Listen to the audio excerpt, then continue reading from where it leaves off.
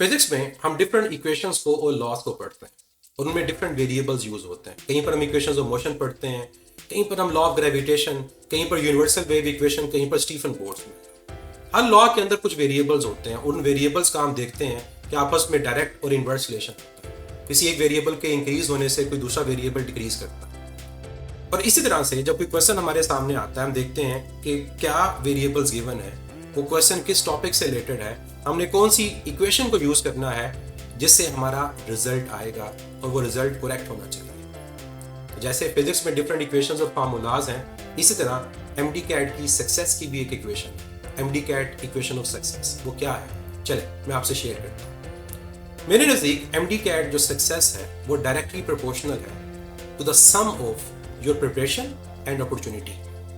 कि आप कितना ज़्यादा अच्छे तरीके से प्रिपेयर हो, आपके कॉन्सेप्ट्स कितने अच्छे हैं। और ऑब्वियसली तैयारी करने के लिए आपको टाइम चाहिए, और ये राइट टाइम है तैयारी को स्टार्ट करने का, ताकि आपको मैक्सिमम टाइम मिले प्रैक्टिस करने का, अपने कॉन्सेप्ट्स को बेहतर करने का, अपनी वीकनेस को स्ट्रेंथ में कन्वर्ट करने का। और साथ सम क्या है प्रिपरेशन के साथ, अपॉर्चुनिटी।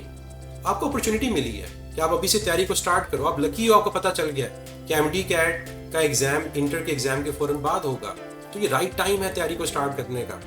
तो अपॉर्चुनिटी और प्रिपरेशन इनको बढ़ा दो, MD-CAT सक्सेस इंक्रीज कर जाएगी। क्यों? डायरेक्ट रिलेशन है। लेकिन MD-CAT सक्सेस का दो चीज़ों से इनवर्स रिलेशन भी है, और वो क्या है?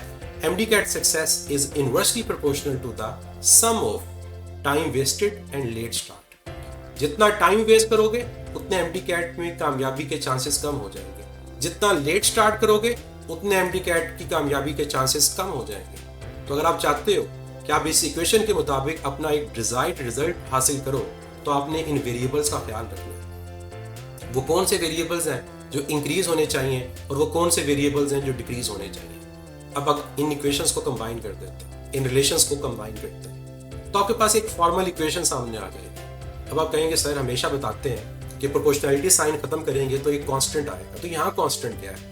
तो यहाँ कांस्टेंट आपकी लक और आपका एप्टीट्यूड है। आपकी लक और आपका एप्टीट्यूड, ये वो कांस्टेंट्स हैं। बाकी तमाम चीजें वेरिएबल्स हैं जिनको आप चेंज करके आप MD-CAT में जो सक्सेस है उसकी प्रोबेबिलिटी, उसकी चांसेस को बढ़ा सकते हैं। तो मैंने आप लोगों के साथ MD-CAT इक्वेशन ऑफ सक्सेस को शेयर कर दिया। अब इसको यूज करना आपका काम है। फिजिक्स इन सेकंड्स के प्लेटफॉर्म से हम लोग जो फ्रेशर्स हैं, जो अभी इंटर के एग्जाम जिन्होंने देने हैं, और वो स्टूडेंट जिन्होंने यूनिवर्सिटी में एडमिशन लिया हुआ है और वो साथ MD-CAT को इम्प्रूव करना चाहते हैं, हम वीकेंड प्रेप को स्टार्ट कर रहे हैं। कल रात 8 बजे इस वीकेंड प्रेप की ओरिएंटेशन होगी, जिसमें लाइव मैं आप लोगों को बताऊंगा कि कैसे इस वीकेंड प्रेप के अंदर हम अपने कोर्स को कंप्लीट करेंगे और कैसे आप अपने इंटर के एग्जाम्स को MD-CAT के साथ बैलेंस कर सकते हैं, ताकि दोनों चीज़ें साथ साथ चलें और आप इस इक्वेशन के अकॉर्डिंगली कामयाबी को हासिल करें।